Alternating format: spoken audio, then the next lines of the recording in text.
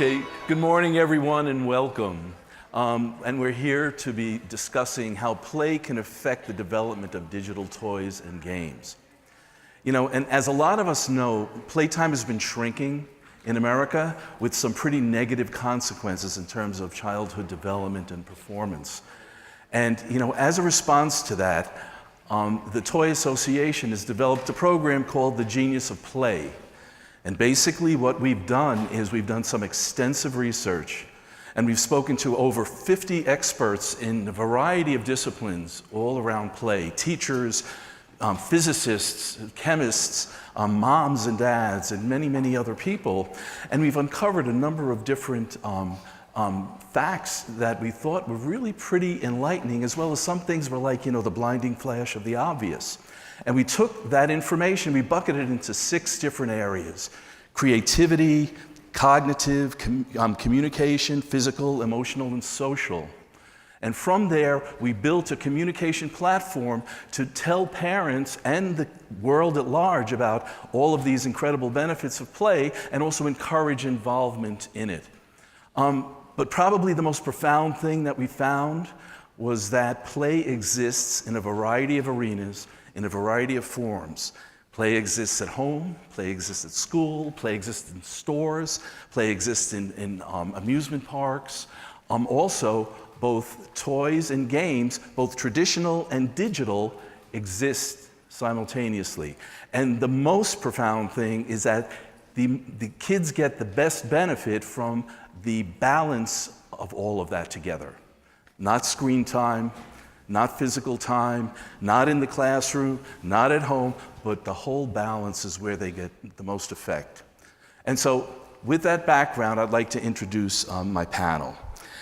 We have Sara DeWitt, who's PBS, Vice President of PBS KIDS Digital. We have Dr. Erik Fisher, psychologist, author, and media specialist. And we have Dr. Jody Sherman, LeVos, Director of Child Development and Learning from Mattel. And their whole, I'm not going to give any more detail about them because their bio should be in your handout, and they're pretty impressive, so I highly encourage you to read it. And we're going to play it by ear in terms of if we have enough time to do a Q&A. If we don't, we're going to be here for most of the day, and we certainly can answer any questions you have. Plus, I was talking with Tonda, we're going to have email, and you'll be able to reach out to us with questions, okay? So with that, let me welcome my distinguished panel. Okay, here we go. I've got my first question, and it's really for both Jody and Erik. Let me start with you, Jody, okay? What are some of the more pressing and relevant topics in child development that we should be concerned about, and is digital exacerbating this? So I think the answer depends on the age of the child, as well as where in the world we're talking about. So for instance, here in America, when we think about digital and parents' concerns, it's a lot to do with screen time, it's to do with lack of creativity, lack of downtime. Are kids having enough time to actually be bored is something that we're hearing more and more about. In China, I've done a lot of work over there in the last year and a half with Mattel. One of the things we hear a lot about there is concern around eyesight. Are kids focusing on something too close to their face for too long of a period of time? So I think it really depends on what parents you're talking to. In terms of whether digital is exacerbating these topics or helping, for me, it really comes down to the quality of the content and the quality of the experiences. So when the content is designed to address clear learning objectives or child developmental outcomes, when it's designed with experts, when it's tested summatively, informatively, and when kids and parents use those together in a balanced amount of time, they can actually have really positive outcomes. So we know even language skills, which some people are really concerned about, when you have screen time that actually incorporates kids talking to other people, whether it's through FaceTime or other mediums, it can actually help with some language skills. So it really boils down to the type of content that is at question. Interesting, very interesting. Erik. Well, I'm going to need your guys' help for this answer, okay? So I need you guys all to say we're going to have trouble, trouble, trouble, trouble. Okay, ready? But trouble, trouble, trouble, trouble. You guys remember this music, man? All right, help me out, okay? We're going to have trouble, trouble, trouble, trouble. Nobody? Come on, guys, this is about play. It's supposed to be fun, right? You are not here to sit up and look at us like a didactic lesson in school. We want interaction, we want small. The first person who says we're gonna have trouble, I'm going to give one of my books to, okay? All right, so let's see how many, we're gonna have trouble. All right, we're gonna have trouble right here in River City, right? And it starts with T. And it sounds like tech, but it's not. It's time with your kids, okay? So the issue that we have to look at isn't that technology is a bad thing. As you all know, that's why you do what you do. Love what you do, but also like Ken was talking about, we have to find balance. It's the quality of time. Here's what I see one of the major issues to be is the commoner's dilemma. For all of you who may have taken philosophy, you may know the commoner's dilemma is when you have a field of wheat and you have all the cows from all the people have to feed off the field of wheat. If every cow feeds on that field of wheat, you're not going to have enough to go around. The field's going to die. The cows aren't going to survive, and you have a bad problem. The commoner's dilemma we have here is time and the quality of time that we have.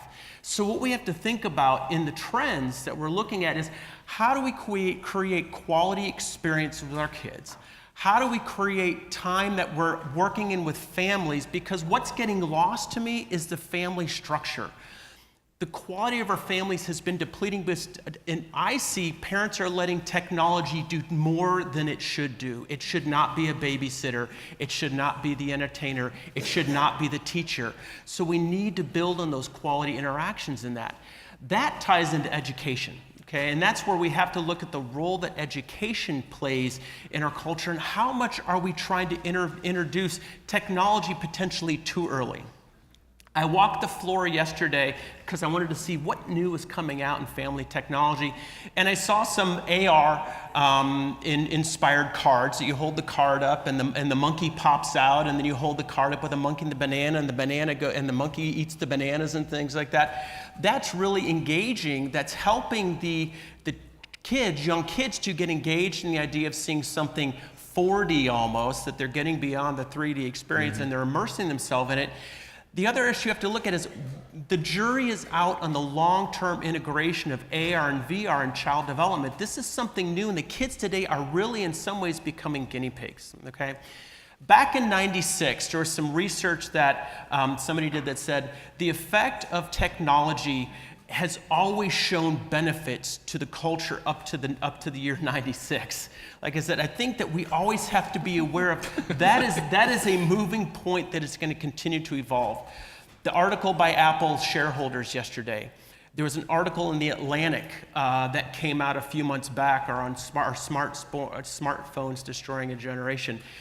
There are actually some positive results in that too, because what we're finding is that teenage rates of pregnancy are going down.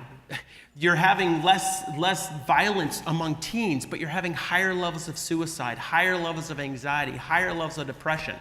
What we know about what technology does, immersive technology, is it affects the same areas of the brain that affects alcohol and drug addiction. So we have to be very careful of walking that whole situation back as we look to move forward in these trends as we move forward. You know, it's so interesting. There are so many different topics that Erik just mentioned that we could spend the whole morning on and everything like that. There's so many things we can talk to him about probably after, and the same with Jody. But why don't we move on to Sara? You know, and Sara, you know, what are important considerations about play when developing digital products for kids? And how does understanding the benefits of play influence the outcome? Well, I'm from PBS KIDS, and so I would be remiss if I didn't begin by quoting Fred Rogers, who said that play is the work of childhood. And so that's what our team always kind of goes back to, thinking about. Play is how kids understand the world. It's how they work out different situations. It's how they think about who they might be. It's how they kind of build some aspirations. And so when we bring the tech layer into that, we need to think about like how tech adds to that ability for kids to explore the world. It's not just tech for tech's sake, as you said. You know, being able to show different cards and, you know, animals and what they eat to a kid, is that very different than a flashcard? We've got to really think about it, and I haven't seen this, so I shouldn't speak to that, but we have to really think about where does tech actually add to the experience for kids? Where is it bringing something that you couldn't do otherwise? Like, is tech opening kids' eyes to a part of the world that they've never seen before and letting them explore it and kind of hear the sounds of that place? That's something unique that tech can do, that can give kids a different perspective on the world. And how can tech let kids think about different kinds of play? Part of my frustration when we first started building digital games for kids is that it was often kind of worksheets repurposed. And you've got to think about the different kinds of play that kids engage in and how can tech support those. Some of it is open-ended play. Some of it is playing Tea Party. You can do that with your dolls. You can also do that with Daniel Tiger, and you can play around with these scenarios. Some of it is kind of a little bit more, how am I learning my letters? How am I doing these different things? But what does tech bring to it that can add a new layer to it? Well, that's great. That's great. Thank you. Jody. Yes. What are parents saying about play? Do they understand the benefits? Do they draw a clear line between traditional and digital play? Yeah, that's a lot of questions in one. And again, I come back to, it depends on who we're asking. So in my work in China, for example, we've done a lot of work on understanding parents' perceptions of play. And play, in some parents' mind, is a little bit more of a luxury. It's a time that takes away from time that they could be spent learning. So it's something that maybe doesn't seem as inherently beneficial there. And so we're actually doing a lot of work to help parents understand the developmental benefits of play, the importance of play, the fact that play is a child's work and that is one of the primary ways in which they learn about the world around them. So we're doing a lot of work there. Parents here, I think, understand that play is beneficial, but may not understand how or why. And they may not necessarily see play the same way that kids do. So I'm a mom, I have two boys, 7 and 10. And for me, I'm very cognizant of allowing them to have time to play with digital experiences and time to play with analog physical toys. But for my kids, that's a kind of arbitrary line that I've drawn in the sand. For them, it's just play, right? They're playing Scratch, they're playing Minecraft, they're being creative, whether it's with a screen or with physical blocks and building. And so I think the way that parents understand play is evolving. I think it differs in different parts of the world. And I think that we have an opportunity to help parents understand the benefits that can come from different types of play. There's benefits of physical play that are different than unstructured open play, for example. So we can help parents understand those differences and help make sure that they have the right balance. Oh, that's great. Jody hit on something, a finding that we had gotten from our research was that in America, a lot of parents, they kind of feel that play is important, but they don't know how. Give us some, and so some of the biggest questions we've gotten from parents was, help us, give us some ideas. And give us some ideas in little sound bites. Because I'm cooking dinner, my kids are fighting in the living room, and you gotta help me here, And so then that's a very, very, very big problem. Hopefully we can solve with more and more information. Erik, why is it important for parents to play with their kids? One of the issues that I see today is a huge issue. I'm ready to go. No, go for it. Go for it. Go. Is an issue with attachment. If we look at issues with attachment disorders in populations that have been either kids have adopted, kids who grew up in orphanages and things like that, I see it in a spectrum, and that's one of the things I talk about in the parenting book I write, is looking at attachment as a spectrum. And many of the issues that we see behaviorally, emotionally, academically, relationship-wise, all tie to variations on the quality of attachments. When it comes to playing with kids, one of the things I encourage parents the most to do is to remember what it was like to be a kid. Too often we think as parents we're supposed to be in charge, we're supposed to know everything, and we set ourselves up to fear failure. And to me, failure tells us when it's time to learn, that's it. But if we get in the idea that if I fail, my child fails, or if my child fails, it must be because I failed, that sets up a dichotomy that we can't win. So as you're designing play, how can you educate your parents on how to play? The toy industry, the Genius of Play, is an absolutely wonderful initiative that I'm honored to be a part of, because it breaks play down into 6 competency areas: cognitive, communication, creative, social, emotional, and physical. And when you look at these different aspects, as designers and as creators, you can take those areas and you can help parents, educate parents on how to use those 6 competency areas, how your applications may generate those 6 competency areas. Because teaching parents how to be parents and not being in charge, but be at some level, a peer level with their kid, they're responsible for modeling. They're responsible for language acquisition in part. They're responsible for staying in touch with their kids. I play Roblox with my daughter. We play Minecraft. I play Barbies. I love playing Legos with her. She's 12. You know, and we were doing Just Dance this weekend. Because as she talked, the balance of play with your kids, and we're working in physical, social, emotional, and we also then are able to talk about her interactions on those online games. Because there are people who are expressing a whole range of behaviors that are appropriate and inappropriate, that because I've played with her and been a part of her play life so long, she's able to talk to me. And she said, "Dad, I don't think you know what it's like to be a kid these days." I said, "Oh, contrary, I really think I do. I work with a lot of you guys every week." But you don't have to be a professional to connect with your child. Connect first in here with yourself and then connect with your kids. Ken, may I add on to this? Sure. So this is something that we hear from parents a lot too. It's this fear of not being able to play with their kids. They're not sure how to approach it. And also, it also bleeds over into learning. Parents often feel like they aren't equipped to be able to help with their kids' learning. And one of the things that we've been talking to parents about and doing a little bit of research around is just getting parents to talk to kids about what they played. So especially play with technology tends to be kind of this black box. It's like this one-on-one thing that the kid is doing while the parent's making dinner. And therefore, the parent doesn't actually know what happens. But if the parent just, after that experience happens and the child comes to the dinner table, if the parent says, "Hey, what were you playing?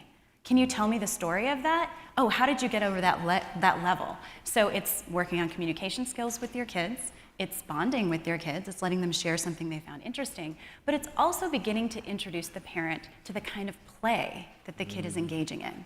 And as soon as parents see those experiences, we have heard through our research that they become a lot more relaxed about it. They feel like, "Oh, I can do this." Yeah, that's Yeah, great. and it's really supporting those 4 C's of 21st century learning, right? Creativity, communication, collaboration, and critical thinking. When you can engage with your child in the ways that they play and understand what excites them about what they're doing. My older son is really into Scratch right now, and so when he can unhide his projects and show all the code and walk me through the code, he's just so excited and so passionate about what he's created using he's teaching digital, you and and he's teaching me at the same time. Isn't So that great? it's fantastic. It's And really that's exciting. making media and tech something to talk about. Like that's setting up a really good model for kids, that this is something that, oh, I can talk to my parents about this. Yes.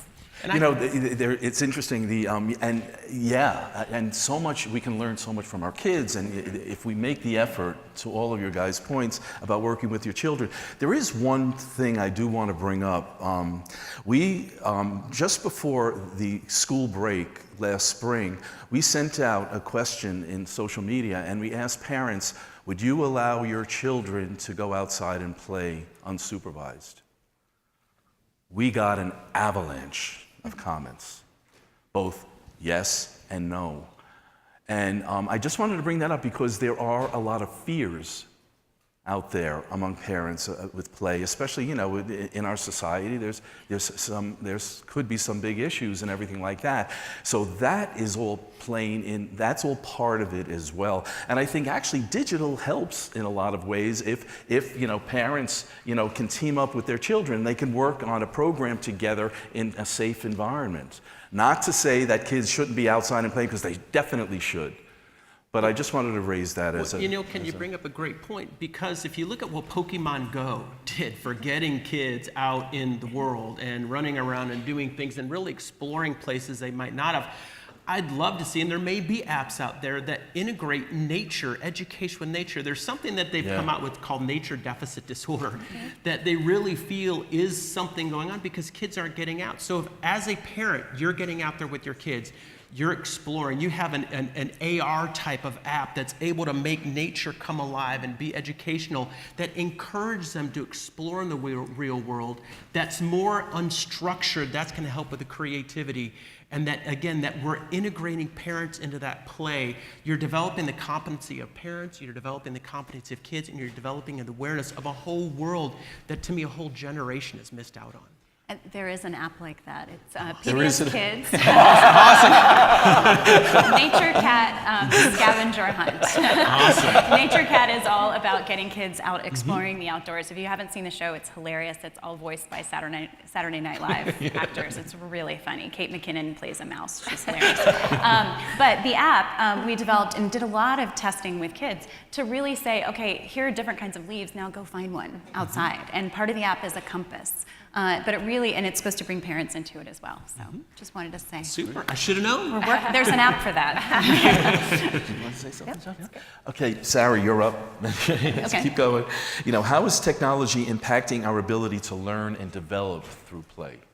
Oh, well, as I said earlier, I feel like technology is just kind of adding some new layers onto it. It's giving us ways to help kids get deeper into their passions in some way. If kids are really into dinosaurs, well, now we have ways of getting kids deeper into it. They can go in and explore different dinosaur species through some of these apps. They can find more information and kind of explore their passions a little more deeply. I think the thing that's really interesting that we're kind of just on the edge of is also what's happening with that back channel. If we are creating these things, working with educational experts and child development experts and watching kids play, we kind of go into it believing, okay, this is something that can teach kids, and we believe they can learn from this experience. But we also can look some at how kids are playing a game and how they make right and wrong answers, right and wrong choices, and what's happening as they're playing, and begin to understand a little bit more about what a child has learned as they've played. This is very cutting-edge research. I mean, you've probably heard a lot about personalized and adaptive learning for older kids, for middle school and high schoolers. But there's a lot of research coming out right now, and UCLA, the CREST program there, is doing a lot of the most interesting stuff, I think, of trying to look at gameplay as a way to understand how kids are learning. So obviously there are lots of privacy considerations that come along with this, making sure that we're keeping that data anonymized and we're being really careful about who's receiving it. But how could this kind of play actually give more insight to parents and teachers about how a kid is learning? Interesting, really interesting. Erik, how has learning through play evolved over the years? Easy question. Absolutely. Well, let's back up a little bit, and because we've talked a lot about play, but let me give us some additional definitions of how some researchers have defined play over the year. So play has been defined as anything that spontaneously is done for its own sake. Okay? Play appears purposeless and produces pleasure and joy and leads one to the next stage of mastery. Play includes activities that are freely chosen and directed by children and arise from intrinsic motivation. Play is pleasurable, meaning kids must enjoy the play activity. It's intrinsically motivated, meaning they engage in play simply for the satisfaction the behavior itself brings.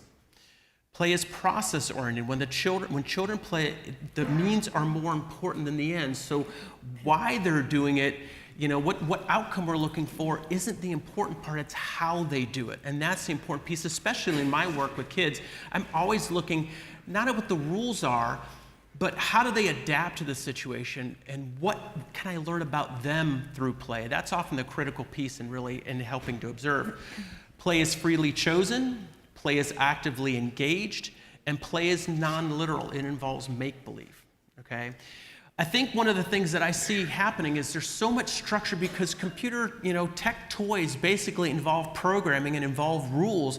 And when we add too much structure, are we affecting the ability for our kids to learn creativity? So if we back up now and we look at research, kids who actually played with blocks, played with sand, had free play experiences with little or no definition of what the structure of play was, actually developed executive functioning skills better than kids who were given guidelines of how to play. Kids who actually were able to play with gender-neutral toys like blocks, cars, signs versus action toys or dolls or things like that for both boys and girls actually demonstrated better learning and actually demonstrated better development of executive functioning. We have this race to executive functioning that somehow our kids are going to be better. We have to look at the differences in developmental timing. Not every kid develops the same way and at the same time. We also have to look at how we're teaching our kids to develop, and if they need to continue to learn to interact in our real world, don't we want to ground their education in the real world and use technology at school to augment that? So when we do that, for me, my daughter had no technology until the age of 2. From 3 to 5, she had very little of play, things like that. But in her school education, I sought out education that didn't have any technology. She went to Montessori. Waldorf School up in San Francisco. Their parents don't believe in their kids having technology. Most of those are tech executives send their kids there. Then you have the alt school that was recently developed from somebody who worked at Apple. I'm drawing a blank on his name right now, but he believes in the strategic integration of technology at certain developmental ages and called it Montessori 2.0. I would be very careful not to call alt school Montessori 2.0 because Maria Montessori worked from developing very critical movement-based skills from the gross motor to the fine motor and developing in a very systematic way. So I see value in the integration of technology in the development of education, but we have to be very careful and know that these are still very early stages in that. I think in addition to kind of the way we integrate into education, we need to remember that the kids are growing up in worlds where they're seeing all these devices and screens all around us. They're seeing their parents pick up a phone all the time. And we also need to play a role in teaching kids responsible use of that media. And so this is where I always get nervous when people talk about an all or nothing kind of approach, or a nothing approach, saying like kids shouldn't have any screen time at all or no tech time at all, is that then kids aren't really learning how to use it responsibly. So if you introduce it, you also have the responsibility of introducing, like, this is just like any other toy. When you're done, you got to clean it up by closing your program and turning off the device and putting it away where it goes and moving on to the next activity. But we need to make sure we're modeling that behavior and helping kids learn about tech at the same time. Right. Do you agree with that? Oh, absolutely, absolutely. You know, it was interesting, a study just came out, I forget what study it was, but where kids, when they're working digitally with the game, or with the toy, and even a physical, you know, where they're scanning it in and all that, once they turn off the screen, they continue playing with the toy.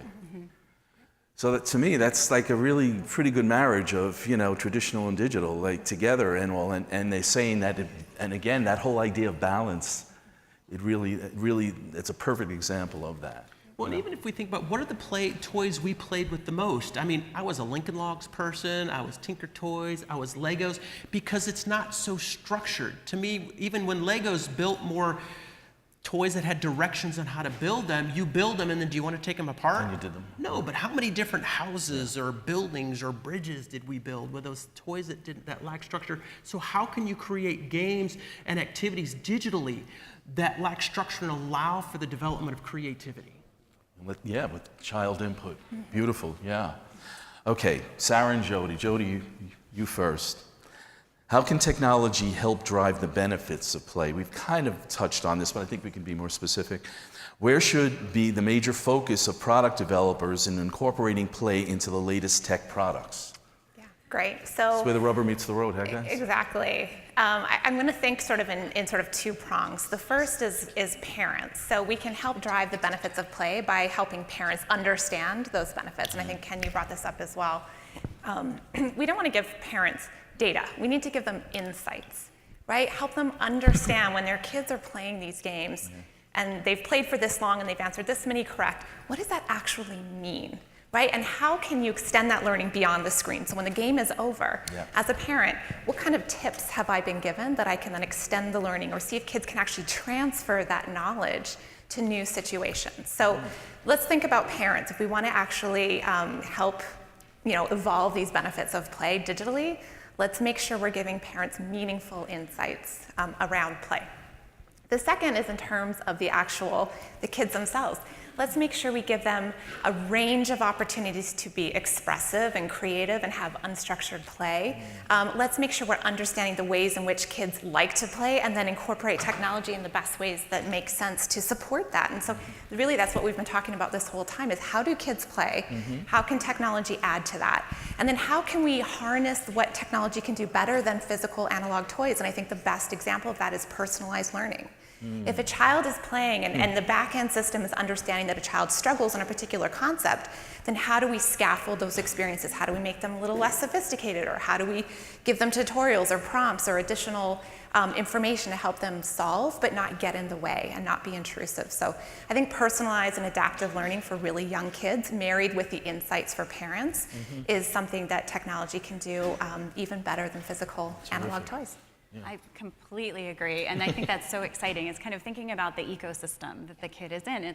It's how does the technology adapt to what the kid is doing, but then how do we bring the parent or at some point the educator into it as well?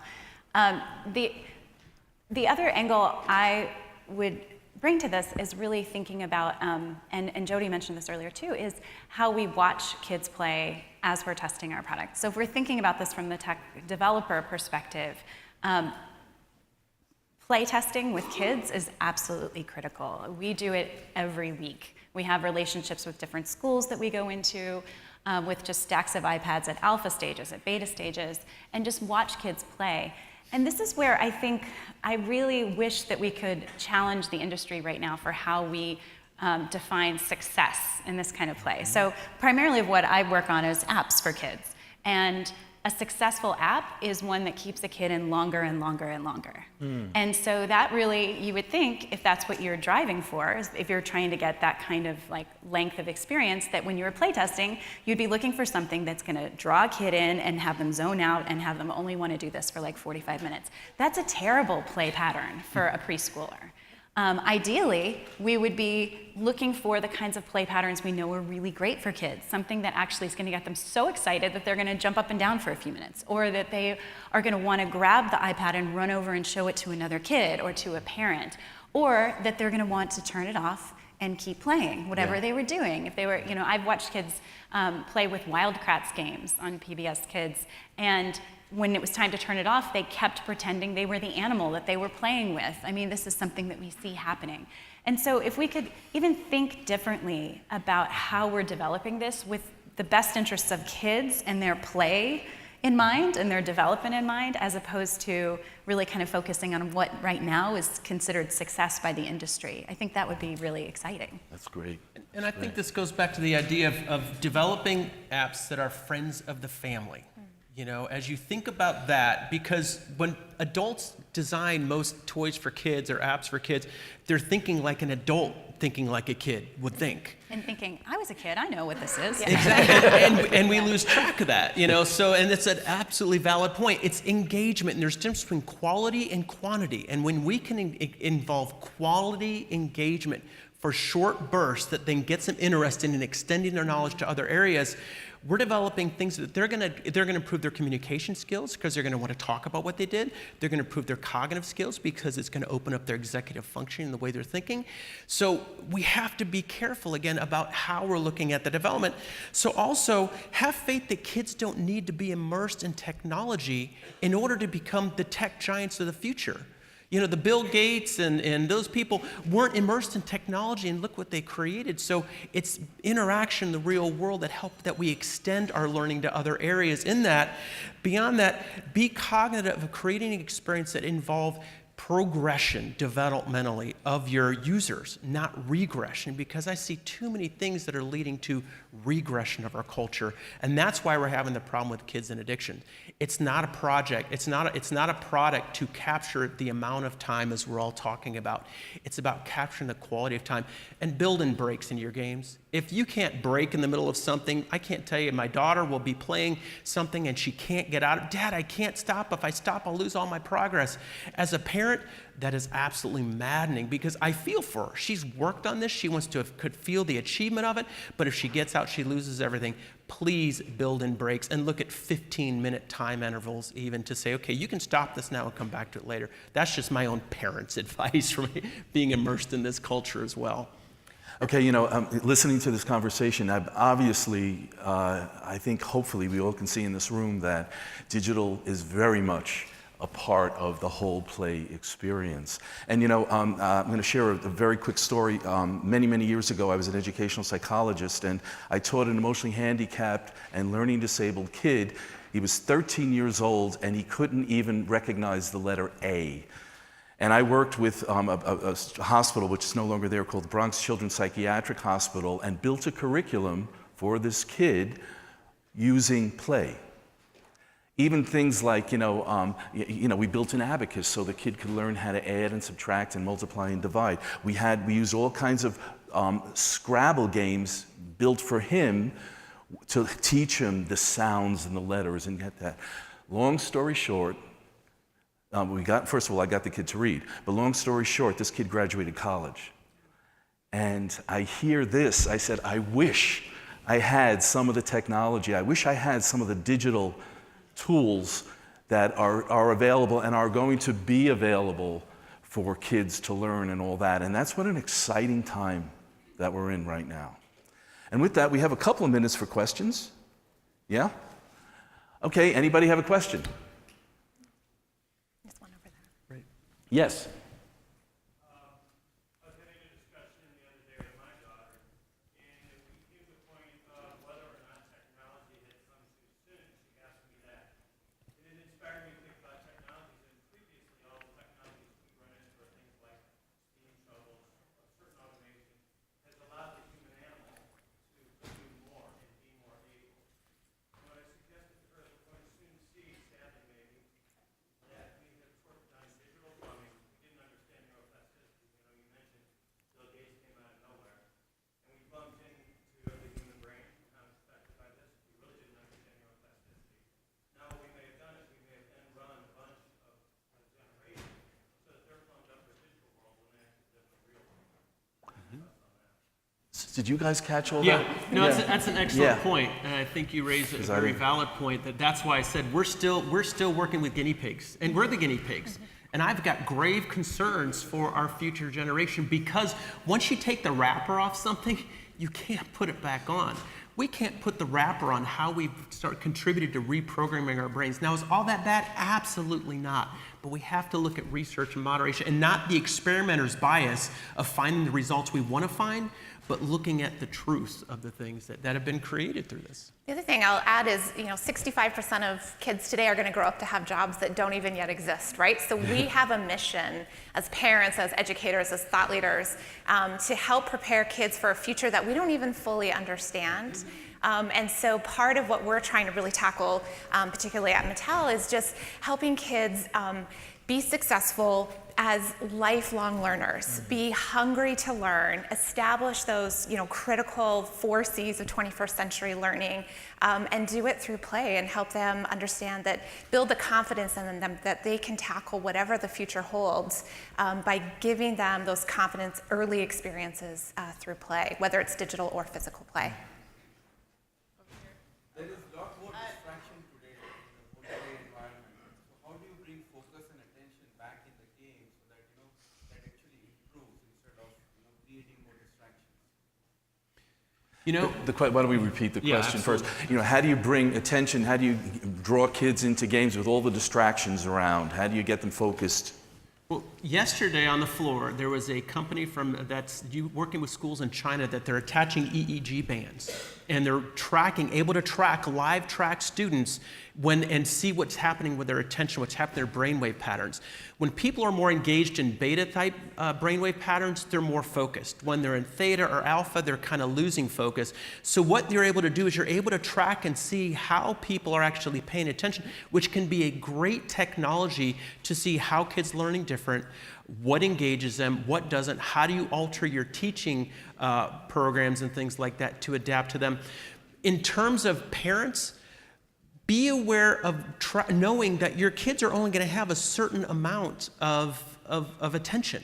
Also, the more senses you engage in the learning experience, the better the outcome, because you're getting kinesthetic, auditory and visual learning, which is really, really important because we all have different learning styles. Some of you may be standing up out there, maybe not because there's room, because maybe you learn better when you're moving. Some people learn better if they listen. Some people need visuals. Those are the things we need to be aware of from individual awareness of how our kids are focusing, paying attention to learning, and or what distracts them.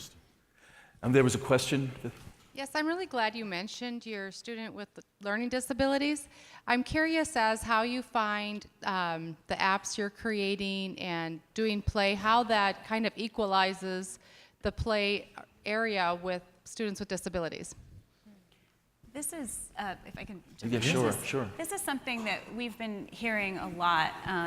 A lot of special education teachers reaching out to us to talk about how they're using some of our apps in the classroom. And I think, kind of to Ken's point, there are ways that this technology can kind of bring pieces into it that make it more accessible to some kids. So an example I'll give is we have an app called Daniel Tiger's Gorific Feelings. Daniel Tiger's Neighborhood is a show that focuses on social and emotional development. And in that app, kids are asked about a certain feeling, and then the app allows them to take a picture of themselves with that expression on their face. And then that picture, their own picture, appears throughout the rest of the game as they're playing. And so one of the conversations we had with the teacher was that act of having the child see what Daniel looks like when he's surprised and have the child make their own surprise face and then to see themselves surprised every time they hit a surprising moment in the game actually was really helping them kind of